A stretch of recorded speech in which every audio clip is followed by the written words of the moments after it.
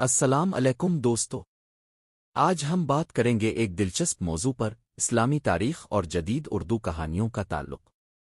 اپنے اکثر کہانیوں میں بہادری، انصاف اور قربانی کے کردار دیکھے ہوں گے، لیکن کیا آپ نے کبھی سوچا کہ یہ تصورات کہاں سے آئے؟ آج ہم یہی جاننے کی کوشش کریں گے۔ اسلامی تاریخ وہ شاندار دور ہے جس میں خلافت راشدہ، فتوحات اور علمی ترقی کے ایسے باب رقم ہوئے جو دنیا کے لیے مشل رہا ہے۔ یہی واقعات اردو ادب کو فکری بنیاد فراہم کرتے ہیں، اور آج بھی ہمارے مصنفین ان سے متاثر ہوتے ہیں۔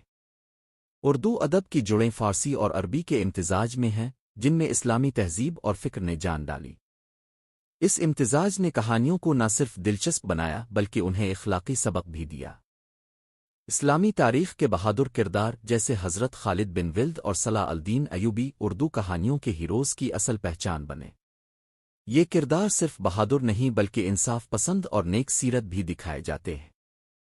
اسلامی تعلیمات جیسے صبر، عدل اور حق گوئی نے اردو کہانیوں کو سبق آموز بنایا۔ یہی وجہ ہے کہ ہماری کہانیاں محض تفریح نہیں بلکہ سبق بھی دیتی ہے۔ صوفیاء کرام کی تعلیمات نے اردو ادب میں محبت، بھائی چارے اور روحانیت کا رنگ بھرا۔ کہانیاں اب دل کو چھونے والے جذبات اور روحانی پیغام رکھتی ہیں۔ آج کے مصنفین پرانے موضوعات کو نئے زاویوں سے پیش کر رہے ہیں۔ مثال کے طور پر تاریخی ناولز اور ڈرامے جو ناظرین کو اسلامی تاریخ کی یاد دلاتے ہیں لیکن جدید تقاضوں سے ہم آہنگ ہیں۔ اسلامی تاریخ اردو ادب کی روح ہے۔